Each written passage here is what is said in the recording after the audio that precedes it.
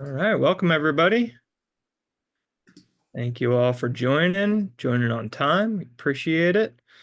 Um, my name is Matt. I'll be leading the session here today. As you all file in, please pop in the chat just what company you're with, and maybe we've got a big sort of music culture here at Guru.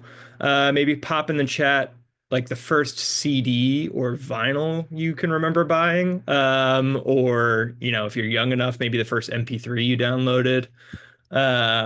So yeah, whatever the first album was that you got your hands on, no matter what form it was in, whether it was an 8-track or an MP3 or CD, let us know what company you're with and what that first album that you bought or illegally downloaded, no judgment, was.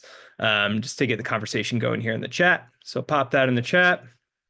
And then we'll get rolling here in a minute once we've got some more folks in here. So thank you all for joining. Excited to share information about all the ways to share information with you all today. So this would be great.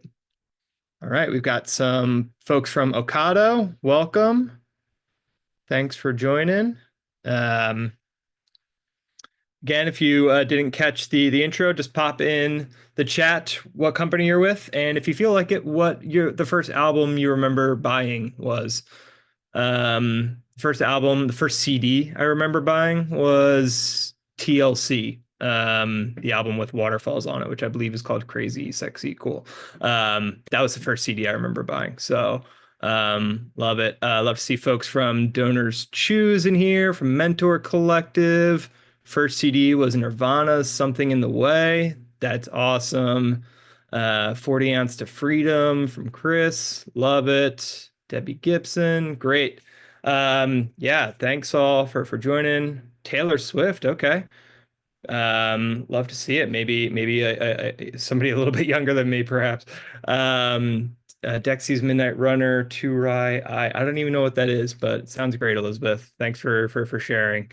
All right, folks, we're about 2 minutes in here, so I'm going to jump into the content.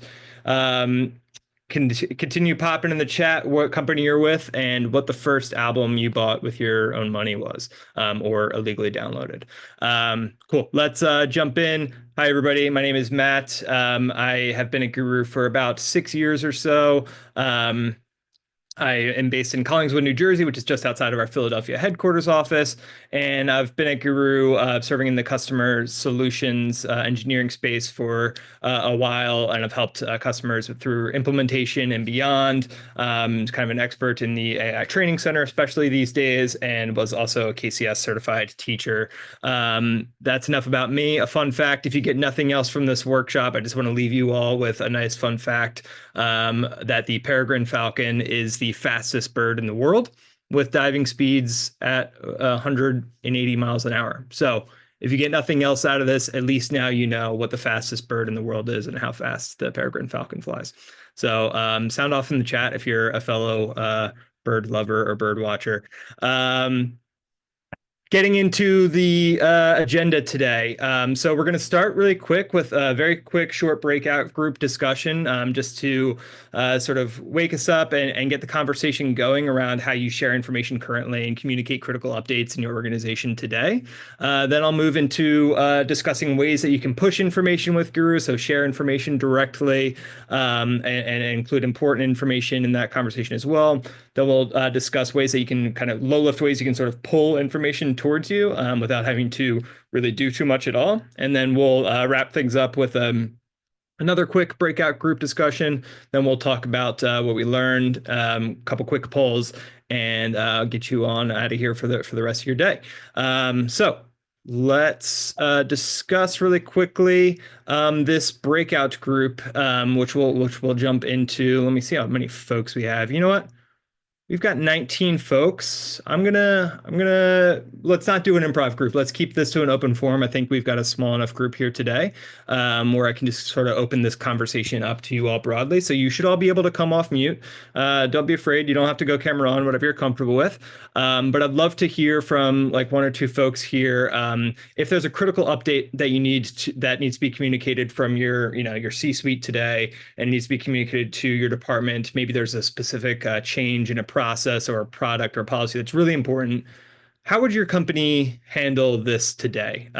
All answers welcome. Just want to understand how your companies would handle this today, and a few other prompting questions to understand if there's any problem areas with the way that update would be communicated. Any gaps in the process that you see, maybe some of the consequences of some of those problems, and maybe an idea of what an ideal solution or a scenario would look like for you. So be brave here. I'm just going to ask for some hands. So don't leave me hanging. So anybody want to discuss how a critical update would be communicated in their company today?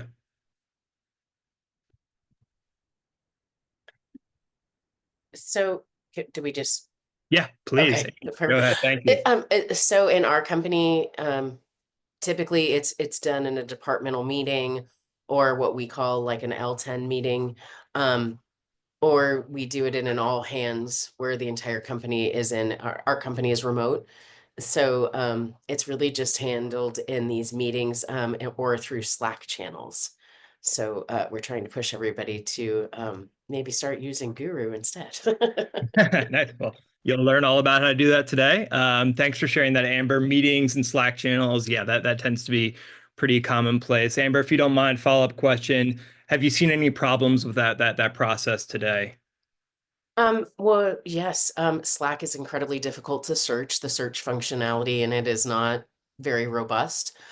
So if you miss the Slack and 18 messages come in afterwards, you often miss the information. Even if it's pinned or, put on a canvas or whatever, it can be easily missed. You may also miss threads in that conversation if you don't see the replies. Also, if you're out during the meeting and someone hasn't recorded the meeting, you could miss that as well. And then you're playing that game of telephone where someone is explaining to you what was said. And yes, we can send it out as a company email as well, is usually the follow-up after a meeting. But, again, email is something you have to search, you have to find without an interactive AI. So, yeah. Yeah. Yeah, Amber, thank you so much for coming off me and sharing that story. Let me know in the chat if that sort of resonates with you. I do hear that sort of exact kind of scenario a lot in my time here working with customers. If anybody has maybe a different scenario, would love to hear from you in terms of how your company handles that today. And maybe it's great. Maybe you're already doing it right and you're just here to learn what else you might be doing. That's totally fine too. Anyone else?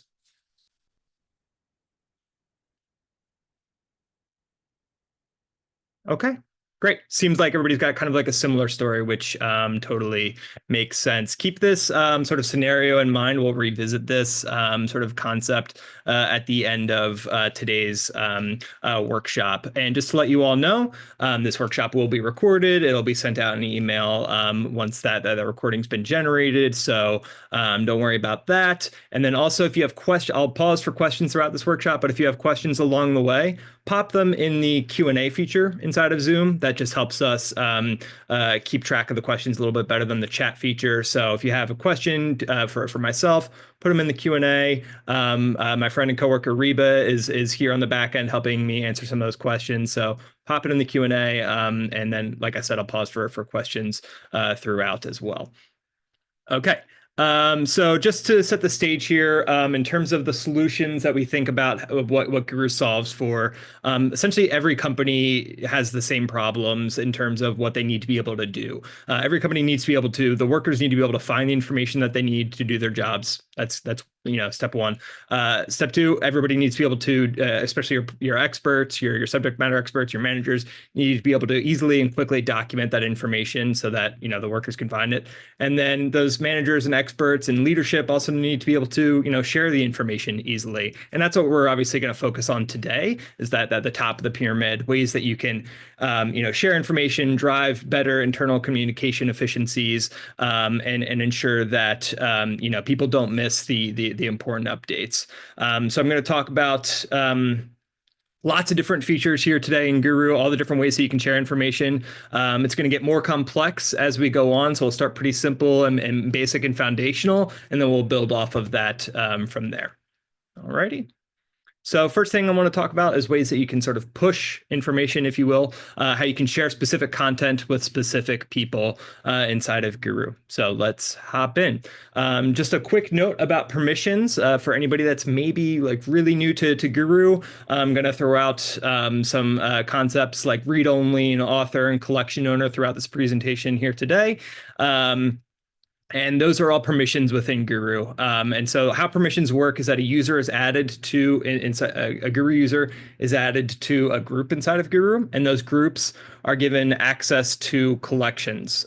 Collections you can kind of think of like filing cabinets. They're where all your cards, your Guru cards are organized and stored, right? And there's 3 different permission levels for each collection. You can be a read-only user, pretty self-explanatory. You can read, but you can't edit content. An author, you can edit the content, and then a collection owner, kind of like an author, except you can do a couple extra more admin type things like create card templates or give folder permissions, which we'll talk about a little bit later as well. Basically, you want to use permissions to control what information and what actions are available to each user. So hopefully that's enough of just foundational context about permissions so that you're not too lost in the conversation going forward, but definitely pop in the Q&A if you have any questions about permissions. Okay, so starting real simple here, ways that you can just share cards.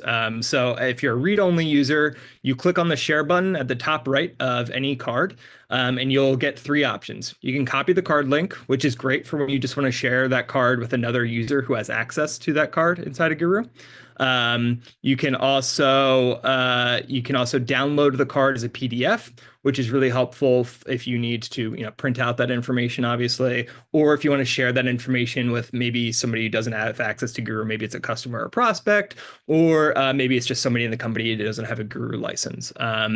You can also card copy content for the same kind of reason. So you can, copy the card content to share it with users that don't have access to that card. But the copy card content button is really handy for support teams and sales teams, especially, as you can kind of put like templatized sort of responses or macros into a card so that you can just click that copy card button, paste the sort of templatized response to a customer inside in a customer ticket or in an email or something like that.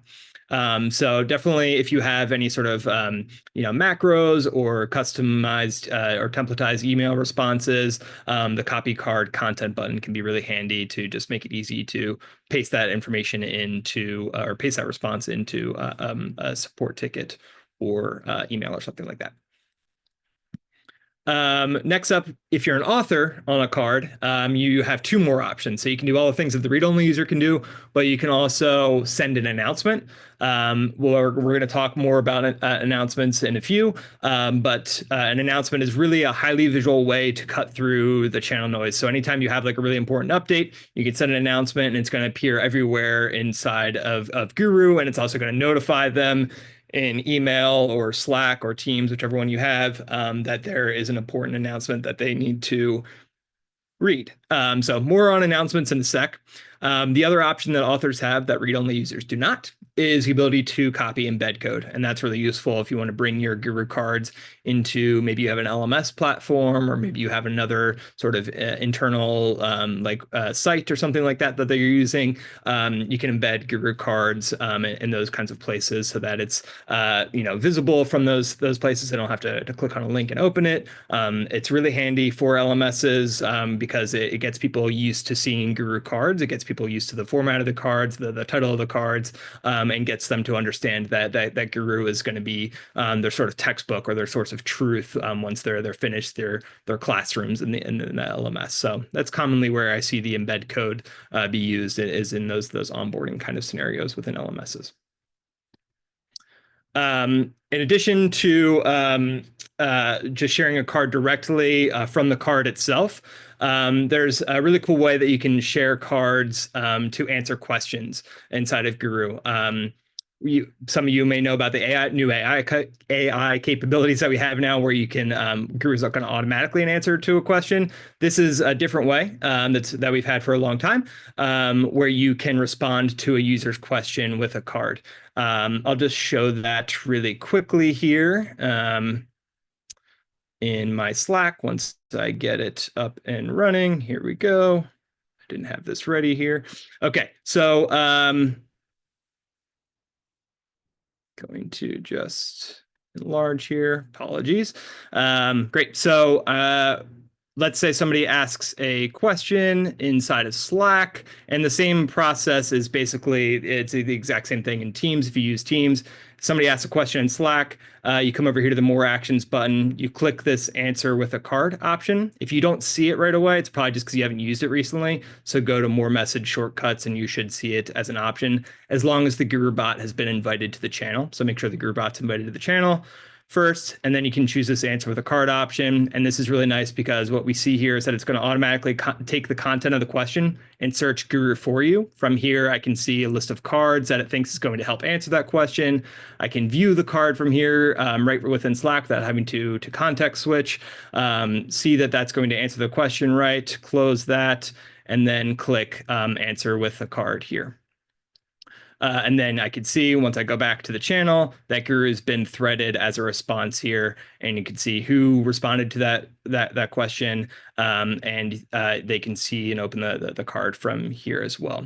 So that's a really handy way for kind of driving adoption and saving yourself time from having to type out an answer to a question, and reduces those repeat questions. There's something about just getting a card shared with you right after you ask a question that kind of tells the person, okay, maybe I should have searched Guru for that instead of asking in the channel. So hopefully next time they'll go right to Guru and won't ask those repeat questions inside the channel. So keep that in mind if you want to encourage Guru adoption, save yourself some time. That's a really handy tool to use and is available on any of our plans. So if you're not on our all-in-one plan with all the cool AI features, some of which we'll talk about later, this is a good technique that's available to you. And then after this, I'll pause for questions here. The last thing you can do in terms of sharing information directly, and we'll talk about other ways in a sec, actually. So this isn't the last way at all. But another way, rather, that you can share information is by sharing folders. So earlier I mentioned that users are given access to groups, and those groups are given access to collections. You can also, instead of giving a group access to an entire collection, you can give them access to just a specific folder within a collection, and they'll only be able to see the folders that are shared with them if you only give them access to those folders. Right now, you can only give read-only access, so you can't make somebody an author of a specific folder in a collection. That'll probably be changing later this year with some permission enhancements that we have coming. But for now, it's just read-only users, and you should use this. Really, this is generally used by teams with sensitive information. So HR, finance, security, IT teams, they generally curate a folder that's geared towards, usage from everyone in the company, but they want to keep their more sensitive content hidden for the rest of the company. So they'll just share out that folder that's geared towards wide company usage, and then keep the rest of the collection to themselves. It can also be used for special projects. If you just want to give sort of temporary access to some information from somebody or a group of people from across a different team, and give them access to just the pertinent information information related to that special project. And then if you hover over top of any folder inside a collection, you'll see the link icon. That's a nice way that you can share a folder with folks. So it'll take them right to that folder where a bunch of resources might live. Instead of sending a bunch of individual card links, you can just send the folder link to point to a sort of wealth of resources there. All righty. Okay, great. Before I move on to how you can push important information out to folks, does anybody have any questions? I saw some activity in the chat. Did we get anything in the Q&A? I don't see anything there. And Reba, anything that we want to call out from the chat or the Q&A feature? I was actually just responding in writing, but maybe we could, if you have more insight, you can share verbally. Follow-up question, you mentioned we have some permissions things coming up. I don't know what we're able to share. Are you able to give a little more info on folder versus permission collection, or folder versus collection permissions? Yeah, just to speak at a high level, and I have no timelines or timeframes around this as of yet, but a lot of things in Guru are moving towards a philosophy of being able to customize and make the platform more flexible. You've seen a lot of that recently with custom pages, being able to customize the homepage more flexible admin toggles, and so permissions are going to be evolving in that vein as well. So there'll be new ability to customize permissions more granularly than you can today. And that's about all that I can share on this today, but definitely, keep your eyes peeled for updates around that. And if you have sort of any feedback or things that you may want to see, definitely let us know in the community.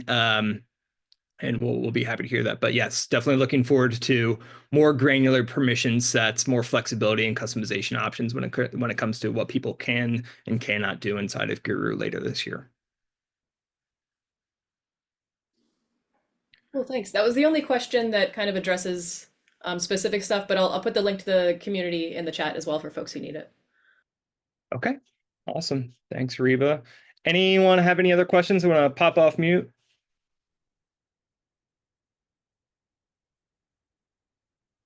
Okay, cool. Yeah, I think it's been pretty straightforward so far.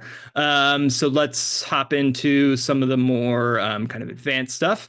And when it comes to sharing important information, really disseminating and creating awareness around critical updates, like some of the stuff that we talked about in the prompt, one of the best ways to create more awareness and hold people accountable for reading information is to use our announcements feature. It's one of the most popular features inside of Guru, so hopefully a lot of you all are already familiar with this capability. But just want to convey some best practices around when to use announcements more than anything here today. So announcements is basically a way to send out a note attached to a card. So down here we see what an announcement will look like to a recipient. This is a real life example of Jess, our VP of People Ops, sending out a newsletter. She attached a note here to your favorite time again, your favorite monthly reading.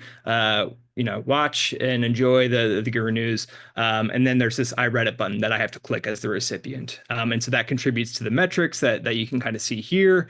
And basically, it's a really nice way for people who need to know that people are reading the important information that they're sending out, need to hold them accountable. Announcements offer that ability because it requires the end user to click that I read it button, and you get all the metrics of who opened the card and who viewed the card and who clicked the I read it button. And you can track those read rates over time to ensure that people are consuming the important updates that you're sending out. You can send the announcements out to any one specific user. Maybe you just need to tell one person something, or you can send it out to everyone inside of Guru and everywhere in between. So you can send it to groups of people, individual users, mix of groups and users.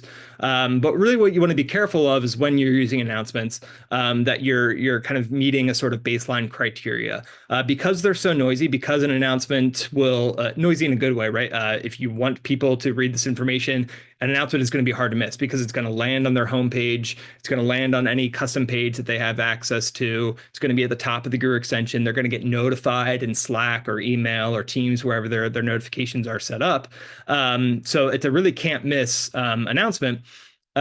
but you want to be careful of overusing that, right? So ask yourself when you're considering, should I send an announcement? Ask yourself, do I need to know that people read this information and be able to hold them accountable? That's question one. Question two, is there maybe a high urgency or a high cost associated with missing the card's information? So maybe there's like a brand new sort of like refund policy that's coming out, and you need to let your support team know about that brand new refund policy before, you know, you lose a bunch of money from refunding things incorrectly. That would be an example of a high cost sort of announcement. So you want to make sure that people read and consume that information, and there's some urgency around it as well. So ask yourself those two questions as sort of baseline criteria of if you need to send an announcement or not. And when you're sending an announcement, make sure that you're sending it at the right time. You can use the schedule send feature when you there's a little drop down arrow next to the send announcement button that allows you to pick and choose any time, any day of the week, so that you're hitting people at the right time, at the right moment. Maybe you want to hit them at 9 a.m. on Monday when they get to their desks, or maybe you want to target an announcement that's going to it hit somebody at a different time zone, maybe in Europe or, in the APAC zone. You want to make sure that you're sending the announcements at the time frames that they're going to be at their desks. You can also send reminders, which I feel like a lot of people don't know about, is a really handy way to increase the read rate, read rates of your announcements. So I'll actually show that really quick. If you come to your Guru page and you go to your tasks and you come to your announcements folder and you go to the ones that you've sent, if you come all the way over to the right and hover over the announcement, if you click this little bell here, that's going to send a reminder to everyone that hasn't read the announcement. So Guru will actually automatically do that the first time. So 3 days after the announcement is sent, we'll automatically send a reminder to anybody that hasn't read it. But after that 3 days, you can come in here and send additional reminders if you'd like. And that'll send another notification to their Slack, email, or Teams that they have an unread announcement that they need to read. And as you can see, the announcement is going to be on any page that I have access to, homepage, wherever I'm clicking around. It's right at the top of Guru, no matter what page I'm on in the web app. And then if I open up the extension, it's right up at the top as well. So highly visible, really can't miss. And just make sure that you're using it in all the right ways. And then for analytics purposes, you can see that if I actually clicked this 82% Reddit button, I'd be able to see the view rates and the read rates really quickly. I can export that. I can also see additional analytics in the card history or in the analytics dashboards inside of our analytics page. So yeah. Announcements, great way to communicate important information. And then especially if it's timely or urgent and you need to know that people actually read it. If maybe that important information is important but doesn't quite meet the announcement criteria, one of the best things you can do is put it on a page.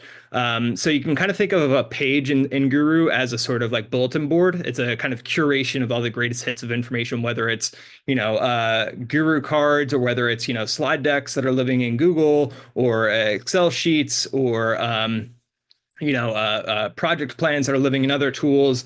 Anything that you really want to make sure your team or your company is aware of, and make it easy for them to access is a good candidate for something to put on a page. So use a page anytime you want to create that sort of central hub for your organization or team. You can use a page for upcoming events. Check out the workshop from last week that I did with our VP of People Ops. Where Jess talks through how she used a page really well to keep us up to date and aware of information pertaining to a company retreat that we had in January. Really brilliant, awesome use of a page showcased there. And then another big use case for pages is onboarding. You're new to the company, you don't know where to go. You create a page that's just for your new hires, and they can land on that page inside of Guru and know exactly what the information is that they're supposed to consume. You can put routines in there. You can put checklists in there that they need to make sure that they complete during their onboarding process. So those are all great use cases for a page.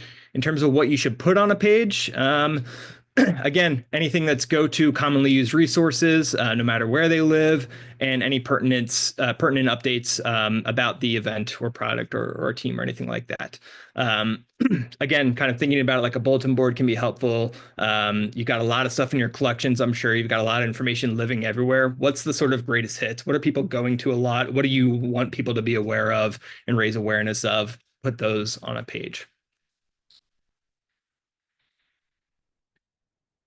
And then one of the last best ways here to push information and really get information in front of people is our knowledge triggers feature.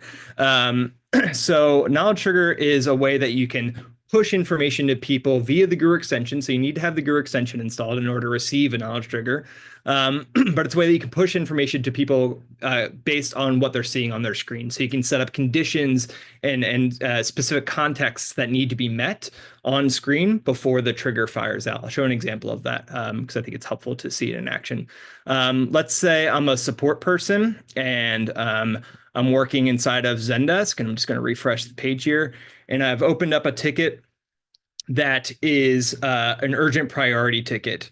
Now, as a manager, I can set up a knowledge trigger that says, hey, anytime there's an urgent priority ticket, push out this card via the extension. So you can see this trigger just fired over here on the right-hand side with a note that says urgent priority handling procedure. That's the title of the card. And the note that says, this is an urgent priority ticket. Please read this card to ensure proper handling. So I can click that, and now I can consume the information on how to handle a urgent priority ticket right within, over top of the ticket here with the GUI extension. So this is a really nice way for when certain conditions are met. Maybe you have specific handling procedures around how to respond to certain prospects or customers. You can use that prospect or customer's name as a sort of condition that needs to be met on screen in order to fire off the trigger. You can create a trigger right from the extension by clicking on your avatar and clicking the knowledge triggers option. You can manage your existing triggers from here. You can also do this inside the web app in the manage section. And you can click create new trigger, and then you just give it a name, you give it a description. Description would be that little note that was attached in that trigger that I just showed. You can see that because I'm over top of Zendesk, it's already populated the Zendesk domain there. You can choose what groups to send it to, and you get a couple different display options. Icon only or card title and description. The card title and description option is what I just showed. The icon only is a little bit lower visibility. It's a little bit more for the nice to know kind of information.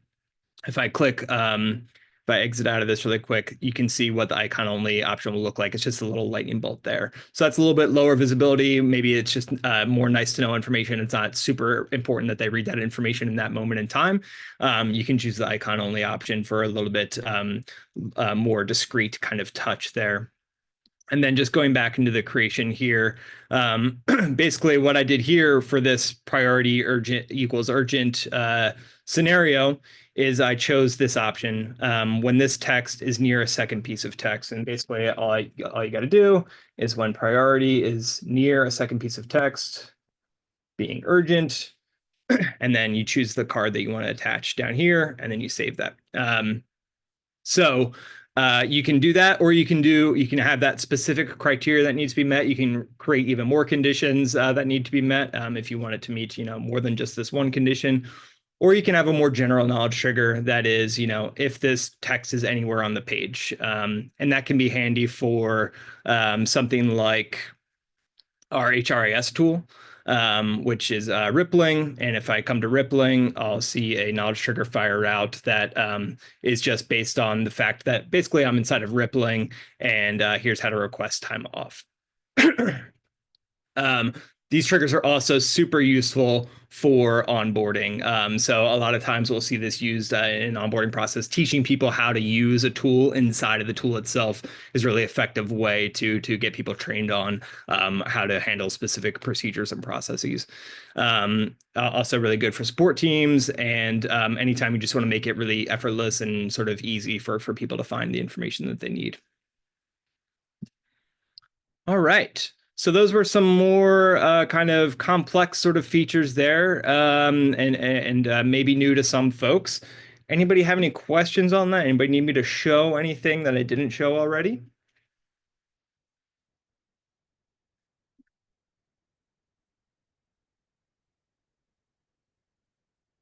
All right, and I'm just going to check out the Q&A feature really quick. Looks like we had some more questions coming in there. Reba, anything worth sharing out? A few things that are kind of side notes, not directly related to what we're talking about. So I think we're okay to move forward. All right, thank you, Reba. Okay, great. Let's keep going then. In terms of now, I'm going to discuss those were kind of all the ways that you can. Excuse me, one sec. Just got a cough. All right, so I just discussed kind of all the ways that you can sort of push information out with Guru. Now, what are some of the ways you can kind of pull information towards you, if you will? Maybe low lift ways to just keep yourself in the know or help keep your users and your team in the know. So that's what this section is all about. Easiest, lowest lift way is to create recommendation blocks. You can put these into any of your pages, your homepage or your custom page. A recommendation block that we see over here on the right-hand side, you can see what preview of what it looks like. So see what's new for you is going to put up 4 cards based on your user activity that it thinks you might be interested in. There's also these recommendations, who to follow and content to follow. All of these are AI generated based on your user activity. So they're going to be unique to each user, and they're just going to be constantly refreshing. So it's not something that you need to maintain. And they're just going to be suggesting cards, authors for you to follow, which I'll talk about in a second, or cards that just might be of interest to you. Maybe there are newer cards that were created. Maybe they're older cards that you haven't looked at yet. It's going to just constantly be refreshing recommendations there. And then you'll also see these recommendations in places like My Library and at the bottom of different cards. So if a card is used more frequently, eventually you'll start to see recommendations for 3 other cards that might be of use to you if you're using a specific card. You can see here in My Library what I was just saying, recommendations over here on the right-hand side. So this is what cards to follow kind of recommendation panel will look like. So you'll see these in different places. And again, you can also add those manually to a custom page. And following an author or a card is really great if you want to get notified when there's changes to a card that's important to you, or when an author who's publishing content that you care about publishes a new card. So at the top of every card, in the top right-hand corner, there's a button that says follow. You click that button, you'll follow that card. You'll automatically get updated when editors of that card make changes to that card. The editors of that card can also choose whether or not to push notifications. So if they're just making like a grammatical or a small like spelling change to a card, you don't have to send, you're not going to notify users of that. But if you're making a more significant change to that card, you can choose to notify the followers of that card. You'll see how many people are following that card. And then if you're following that card, you're going to get a notification in Slack or Teams that there's a change made to that card, and you'll see who made that change, and you can click into that card from that notification. So follow any cards that are a go-to resource for you that you're using over and over again. Any cards that are about really important projects or events that are coming up, and you need to stay current on that information. And cards that are maybe frequently changing. Maybe you have a product release coming out, and the product feature is still in development, and you want to make sure that you're speaking about it in the kind of right ways. You want to follow that card to make sure that you're notified of changes to how that product is evolving. And then you should follow an author anytime they create a lot of cards that you use, if they're a key leader or they're a project partner. So we see here I have 3 authors that I follow. Hillary is our senior director. She publishes a lot of great content that I use all the time, so I make sure to follow her. Jazz, she runs the Getting Started workshops, the implementation workshops that you may have been in. She's really great. Also, a project partner of mine, puts out a lot of great content. And then Rick Nucci, of course, is our CEO. So I just want to make sure that anytime he's publishing cards, probably going to be something that I want to be aware of. So I follow him as well. So those are just some examples of reasons you may follow an author and get notified when they publish a new card. Cool. There's also this another way to pull information to you. inside of Slack called a Slack activity feed. Kind of self-explanatory. Basically, it's a feed of activity. No, anytime you can basically set up this activity feed to say anytime there's a new card created inside of a specific folder or collection that you care about, it's going to populate inside of a Slack channel notification like we see here. So new folder added or new card added and who added it and with a link to those cards or folders. So activity feeds are really handy, especially during like a restructure or if you're just getting going in Guru for the first time. You might want to set up an activity feed to just monitor the activity of that collection or folder, make sure that people are actually contributing information to that and keeping an eye on the information, the quality of information that's being built inside of those folders and collections. We have one internally for our product FAQ collection. So that's actually what we see here. So that's a nice way to just kind of stay in the know about what people are asking about most, questions that I might run into as a customer facing person. I want to be aware of. So it's good for me to have some sort of kind of in the background sort of feed generating for me that I can go in and check on sort of each week and see like what are people asking about, what are maybe problems out there that I didn't know about, or what are areas of confusion that I didn't know about. So FAQ sort of folders or collections are good use cases to set up an activity feed for as well. And then if you maybe have a collection or a folder that has a lot of authors contributing to it, and maybe you're trying to keep an eye on the quality of that information, or just ensuring that people are, if maybe you have a KCS style team that's contributing to the folder, you want to make sure that people are, contributing to it often and regularly. That's also a good use case as well. I generally recommend putting an activity feed into a designated channel. So setting up a channel specifically for an activity feed, depending on how busy that collection or folder is, it could create a lot of noise. So you don't want that to crowd up a conversation in an existing channel.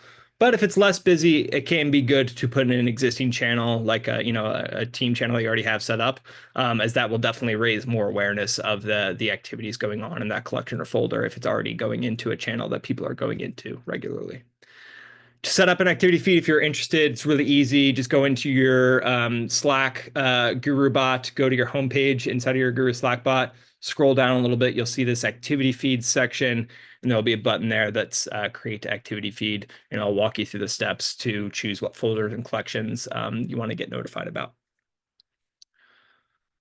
All right. Keeping it in the Slack realm, we talked a little bit before about how you can answer a question directly with a card. So manually responding to a question that somebody asked in a channel with a Guru card.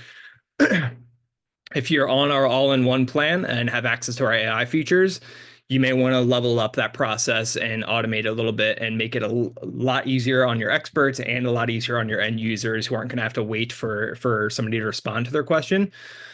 With Slack suggested answers. So this is a feature that we see over here on the right-hand side. When somebody asks a question inside of Slack, Guru can be your first line of defense and will automatically respond to that question using not only one Guru card, but could be several Guru cards as a source. It could be other sources that you have connected to that Guru knowledge agent that's hooked up to that channel. So any content could be used to produce a suggested answer like we see here. So instead of just getting a card and then I have to open up that card and find the actual answer to my question within that card, this is really great because it's going to look across the cards, look across your various sources, and just give you that suggested answer right there within Slack. So you don't even necessarily need to click anywhere else. Though we do encourage you to always double check your sources. This can be a really handy way to just get the information that you're looking for and get on with your job. So definitely set this up in channels where people are going to ask a lot of questions already. It requires no behavior change from them, right? That's what's really nice about it, is that they can just go into Slack and still ask questions in that channel that they were already asking questions in. But now Guru is going to be that first line of defense, which can be really helpful for driving Guru adoption. People will get more awareness of Guru, learn to trust Guru. It saves your experts time from having to answer those repeat questions. Saves the question asker time because they don't have to wait around for an answer. It's going to instantly respond. But of course, like anything with involving knowledge, you want to make sure that your knowledge is actually good, that your content is actually trustworthy and up to date.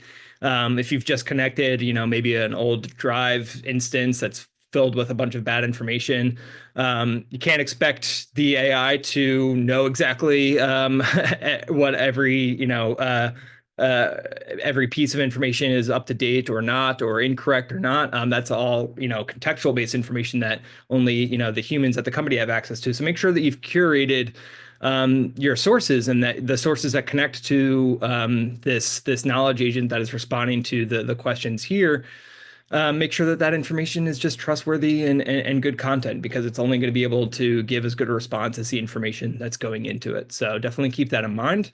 If you connect, an old drive instance, it's just going to give bad answers, and then people are going to lose trust in Guru in general. So make sure that your content is trustworthy before setting something like this up. And when you set this up, you can do so via our knowledge agents feature. And that's really nice, because you can customize the types of responses and what sources they look at. So maybe you've got a help IT channel that's designated for, hey, I need help with my Wi-Fi, or my computer's being crazy. I need help, troubleshooting my computer issues. You can have an IT designated knowledge agent that's only looking at your IT collections. It's only looking at specific resources, and is going to respond in maybe a more formal way, maybe a more longer form answers, very thorough kind of answers. And then maybe you have a channel that's designated for new hires to go to ask questions. And so you've got a knowledge agent that's set up to just look at resources that are going to be relevant for new hires, and is going to respond to maybe shorter answers or maybe bulleted answers, and is going to be more friendly and jovial and conversational in tone than something like a help IT or help people ops bot might be. So consider all those things, for your knowledge agent to customize the types of response that people get. And lastly, we have, we have Zapier flows. So if you're not familiar with Zapier, we also have Workato. Maybe you're familiar with Workato. They both kind of do the same thing. They're both iPaaS tools. Basically, they're really good at making it very easy to connect different applications in customized ways. So building integrations between different applications without needing any coding experience. Anybody can do this. I can do it, and I'm a fool. I don't know anything about coding, but I can manage to build a Zap pretty quickly. And Zap is great because Zapier is great because you can basically build these things really simply for maybe bespoke kind of communications you need that aren't available out of the box with Guru's application. So maybe you want to automatically post cards anytime an announcement is created to a specific Slack channel. So instead of having to repost a card that you sent with an announcement to a specific Slack channel, you can create a Zap that's automatically going to post it to a bunch of Slack channels to raise even more awareness around that announcement. Maybe you want to post cards that are created by a specific author to a specific channel, or maybe have a specific tag attached to them. You can post those cards or create, email flows out of those new cards that are created. Maybe you want to monitor activities like verification or card comments or archiving activities. You can set up a Zap really easily that lets you know when your trust score of a collection has dropped below a certain threshold. So we recommend, keeping your trust score above 80%.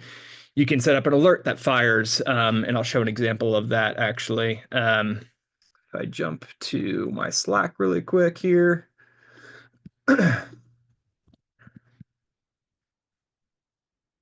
You can see that we've actually built this Knowledge Council channel for keeping an eye on our CX Knowledge Council. These are Zapiers.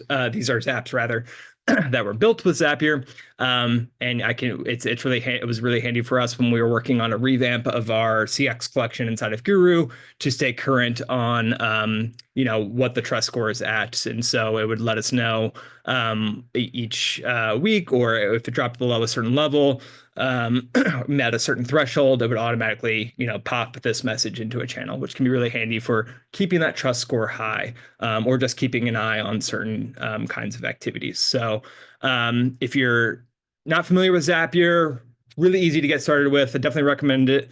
Actually, I should have said this up top, but there is a feature in Zoom that you should see in your Zoom toolbar that says resources. I have a bunch of links to all the different kinds of stuff that I've been talking about here today. One of them will take you to our Help Center article on different things that you can build with Zapier that definitely recommend you checking out. Maybe you can get some inspiration from. Let us know what you end up building if you end up building anything.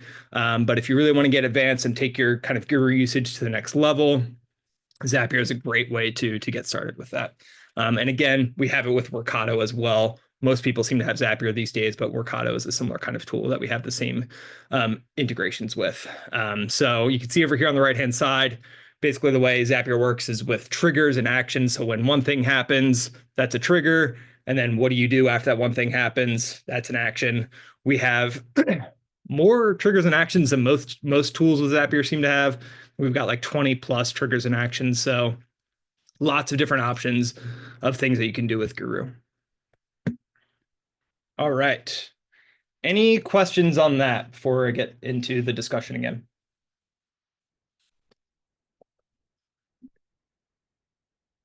Saw some chat activities. Zapier makes you happier. Reba, patent that. That's a great.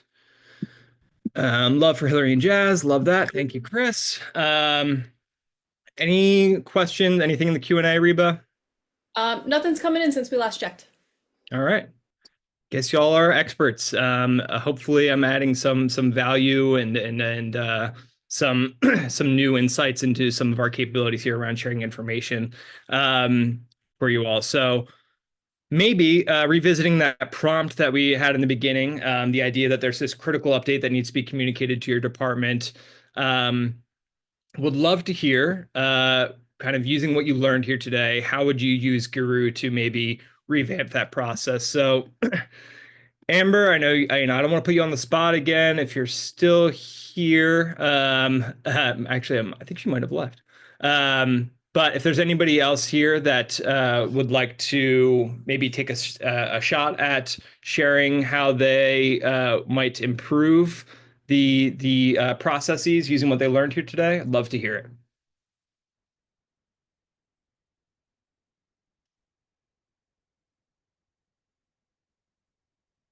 I'm gonna treat you all like my old students. I might just have to cold call on somebody. I don't know. Chris is the only one that's got his video on, so Chris is kind of, and I've met Chris before, so he's kind of asking for it. I don't know, but Chris, would you mind?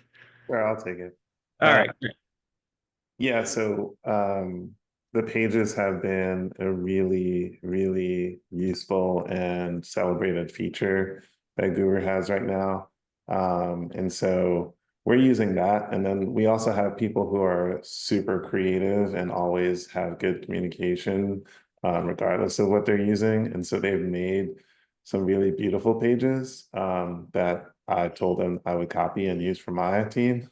And then we use announcements also. So those are the two ways that we make sure people get the info that we need. In fact, right now, we even make pages for specific events. So there's one for in real life and IRL that's coming up next week that is just for that event. So people can find everything that they need in one place. Wow. Yeah, love that. Thank you, Chris. Super helpful there. Hopefully you all had kind of similar takeaways. So sounded like a lot of people at the start of today's session had a similar story to Amber, where there's just information being shared in Slack and in team meetings and maybe a follow-up email. And a lot of times that information can get lost. Hopefully you all realize now the value that what Chris spoke to, features like announcements and pages can really add to the visibility and add to the accountability of those kinds of updates. I see a question in the Q&A asking if it'd be possible to do a quick walkthrough of how to create the activity feed on Slack. So I'd be happy to showcase that really quick. Apologies as I have maybe a dry throat here today. So let me just switch over to Slack here. All right. Come to my Guru application on the home page in Slack of my Guru web app. I'm just trying to move Zoom out of the way here. if I scroll down, I see this section for activity feeds, and then I can create activity feed. It's going to ask me what channel should this new Guru content be displayed in. So I'll be able to see any of the channels that have Guru invited to it. Let's say I just want to post it to benefits information and then display new Guru content from a folder or collection. So I'm going to choose maybe collection, and then which collection do I want to pull it from? I think I have a People Ops collection in here. Maybe not, maybe HR.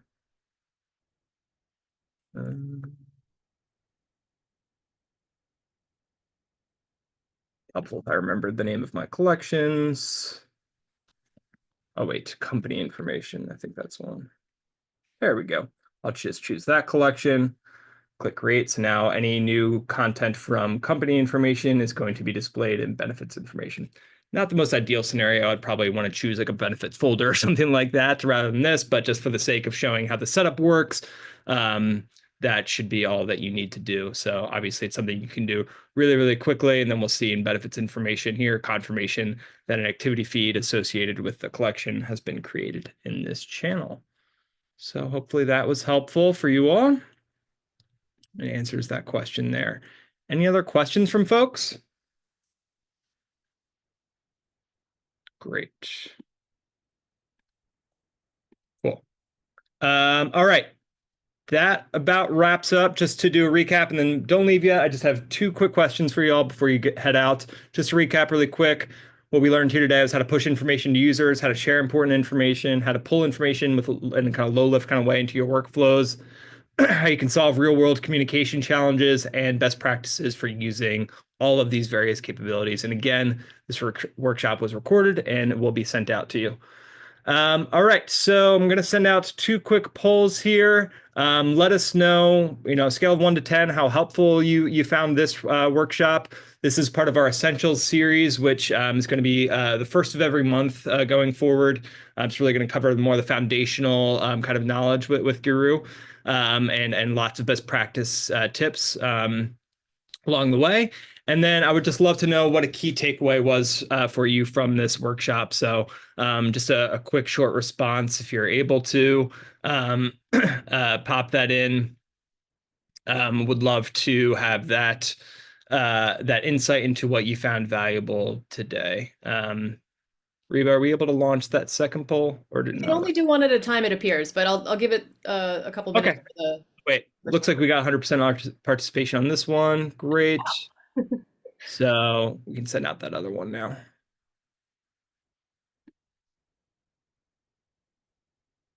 And then Chris, probably,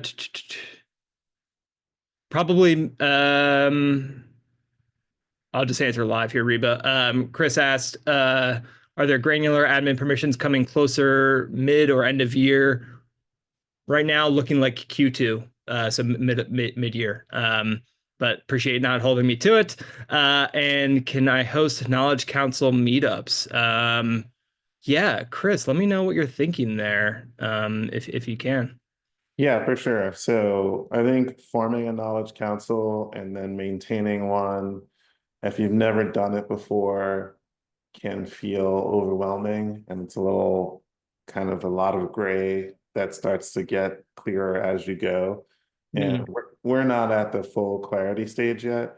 It'd be really cool to have just meetings where there's just like an open, or maybe there's a one topic that knowledge councils from different companies come together and talk about how they approach a thing.